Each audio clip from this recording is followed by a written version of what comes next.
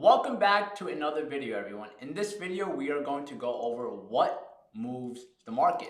We are going to break down ultimately what are the reasons the market goes up or down. We're going to cover supply and demand, factors behind supply and demand, and misconceptions of patterns and indicators. So the question that everyone should have or deeply understand is, why does the market go up or down? Why do stocks go up or down? What is the reason a stock increases in value or decreases in value? And the ultimate simple answer is supply and demand.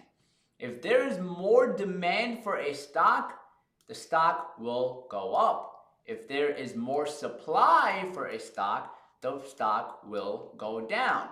So the ultimate thing you have to understand in simple terms is supply and demand. Just like everything else in the world, supply and demand moves prices up or down, right? Now, the second question that you should be thinking is, okay, I got it, supply and demand.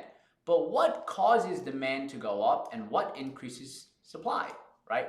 Why does demand of a stock go up, or why does a demand of a stock go down? Now, that's where we go to the factors behind supply and demand. That's where we dig a little bit deeper so we can actually see the actual reasons a stock is going up or down. So number one, we have company news, right? There's a certain set of company news that drives a stock up or down. Let's say a company announces news that they're getting sued, right? A company announces a news that they're getting sued or they have a huge lawsuit. What do you think that's going to do to the demand for that short-term period? It's going to decrease demand, right? There's going to be more aggressive sellers, so it's going to increase supply. So there's a high possibility that the price may go down, right? Let's say this company news, such as a company comes out and says, hey, we are partnering with Amazon or we are partnering with Apple. Those set of news may result into more demand. And if there's more demand, that may result into a higher stock price, right?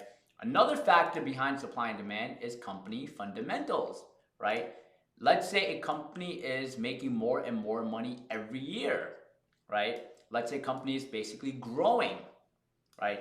That will most likely create more demand. And if there's more demand for a stock, that means people are willing to pay a higher price for the stock price, which will increase the performance of the stock, right?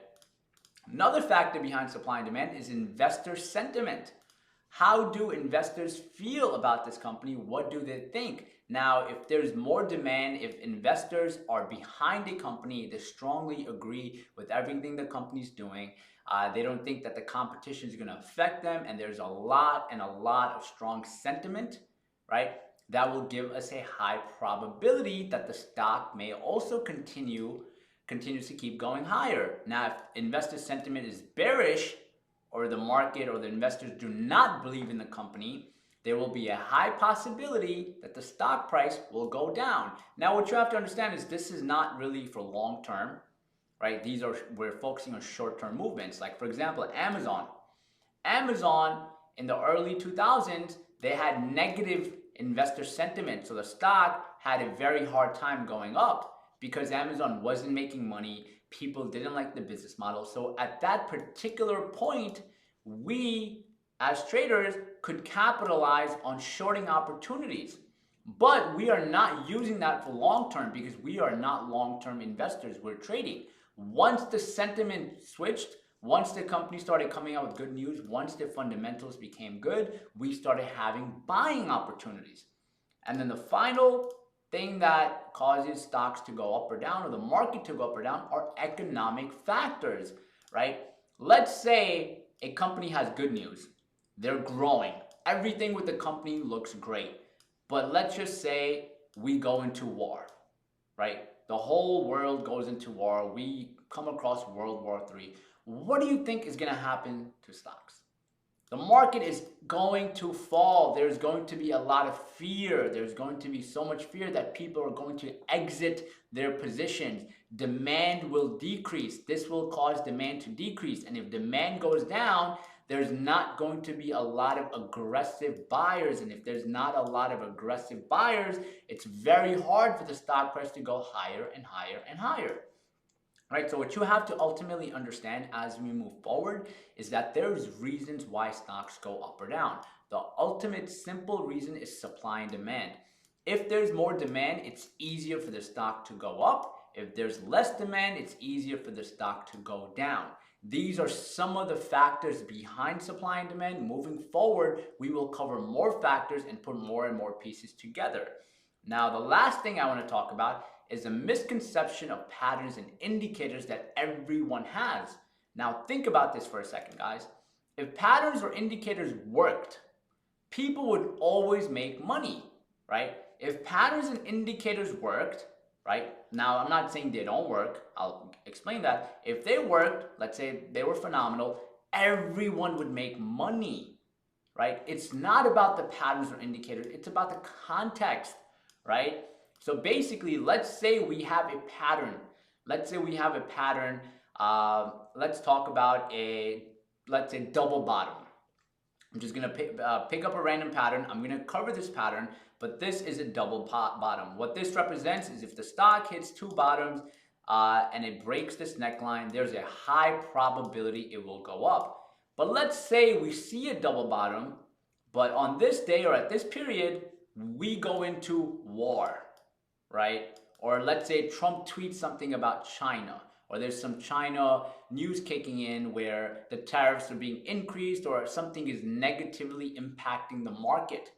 Do you think the stock will keep going up? Very unlikely it'll keep going up, very hard. Because now, because of the new set of news, the demand is decreasing, which will make it harder for this pattern to work. So what I want you guys to understand as we're moving forward is we're not going to strictly focus on understanding patterns or indicators. We're going to understand what is the move, what is the reason the market or a stock is going up or down, and then we are going to jump into the chart. We are going to jump into price action. If the news or the demand aspect showcases there should be more demand based on news, based on economic factors, we then go to a chart that shows us a buying opportunity. So we want to look at trading from a whole and understand why is a stock going up, why is a stock going down, and we want to understand the big picture. Moving forward, I will explain economic events that you guys should focus on. I will explain other catalysts such as company earnings, company news. I'm going to go more in depth on why stock goes up, why it goes down, all of the factors. But for now, what I want you to keep in your mind is that stocks or the market is going up or down because of supply and demand. And we want to understand the factors behind it, and then we want to go to maybe our patterns or maybe indicators.